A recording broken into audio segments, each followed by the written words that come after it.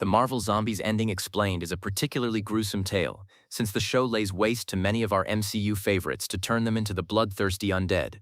A lot happens in the animated show's finale, so you might still have questions about what exactly went down, especially considering that massive cliffhanger.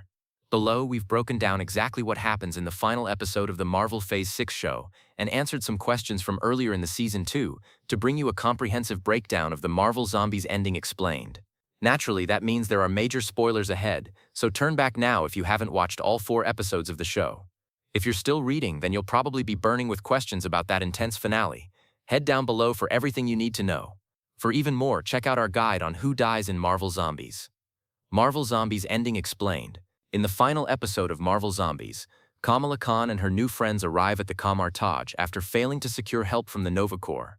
There, they learn that the Kamar-Taj intends to wage a last stand against Scarlet Witch and her horde of undead soldiers. Kamala agrees to join the fight, alongside the likes of Valkyrie, Spider-Man, Shang-Chi, and more. Scarlet Witch arrives with her horde, which includes some of Kamala's own undead friends. Wanda Maximoff wants to claim the power of the combined Infinity Stones, currently being channeled by the Hulk, and use Kamala's powers to reshape the world, but Kamala resists.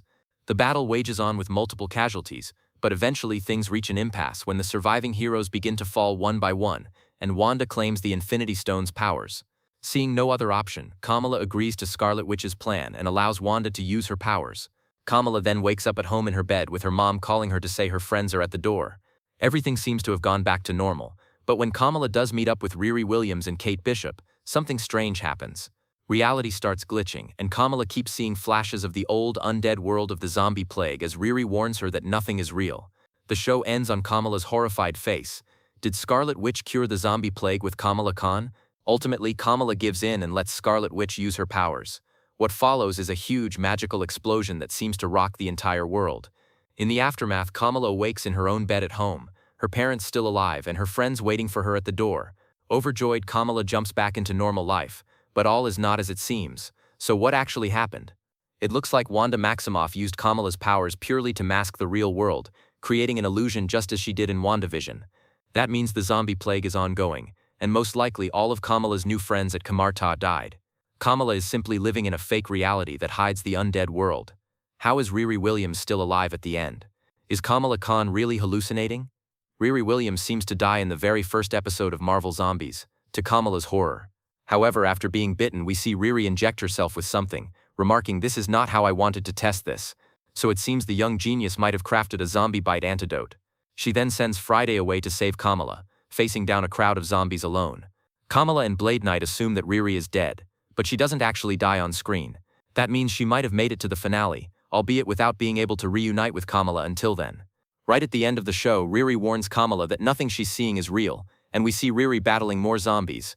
It would seem then that Kamala was delivered back home by Scarlet Witch, where she's now trapped in a hallucination that everything is fine, while Riri continues to battle the undead hordes alone, trying to break her friend free. Wanda Maximoff tells Kamala Khan that she wants to take the powers of the combined Infinity Stones, currently being channeled by the Hulk, to reshape reality and save the world. But for that, she needs an army of powerful undead beings, as well as Kamala herself. The surviving heroes fight back against her and her army of zombies, though. In the end, Scarlet Witch proves too powerful. When all hope seems lost, Kamala allows Scarlet Witch to use her powers, which seemingly fixes everything. But in the final moments of the show, it's revealed that this was all nothing but a facade. While Wanda was able to genuinely cure herself, mostly anyway, as she's occasionally revealed to still be a zombie beneath the illusion, it seems all she has done for the rest of the world is create a fake reality just for Kamala, since Riri is revealed to be desperately trying to get through to her friend in the final moments of the show. Why is Ant-Man just a floating head? To understand Scott Lang's predicament, you need to cast your mind back to the original What If episode that Marvel Zombies grew from. In that episode, the zombie apocalypse began when Hank Pym tried to rescue his wife Janet from the quantum realm, but she had become a zombie and infected him. Scott was also infected, but it turns out the Mind Stone can stop the virus, which saves him, though all that could be salvaged of Ant-Man was his head. Who is Blade Knight, and how does he relate to Moon Knight? Blade Knight is none other than Blade, the long-awaited Daywalker who has yet to make his debut in the MCU proper. In fact, even the Marvel Zombies producers didn't know this would be Blade's first appearance. In this universe, Blade is the one who is the moon god Khonshu's avatar, rather than Oscar Isaac's Mark Spector. How did the zombie plague start?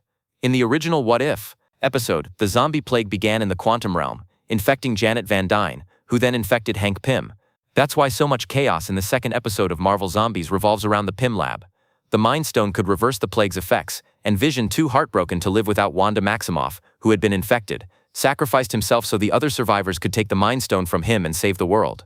They traveled to Wakanda to broadcast the stone's powers globally, but when they arrived, they discovered a zombified Thanos wielding the Infinity Gauntlet, as seen in Marvel Zombies, which Marvel actors returned to voice their characters, who didn't return.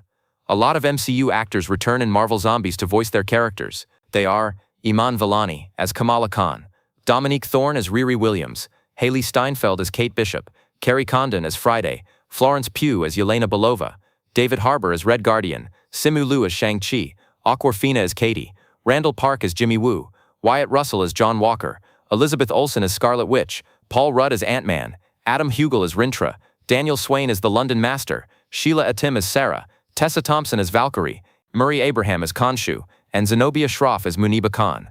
However, multiple characters are voiced by different actors to their MCU counterparts.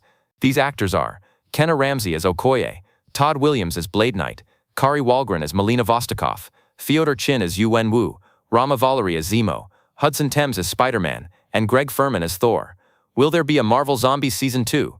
Nothing has been confirmed about a Marvel Zombies Season 2 just yet, but nothing is being ruled out either. Hopefully people tune in and watch so we get the opportunity, Marvel's head of streaming, television, and animation told Games Radar Plus in an interview. If enough people tune in and watch and then start yelling at Marvel saying, "I demand more of these and give them a lot more money," like that would be fantastic.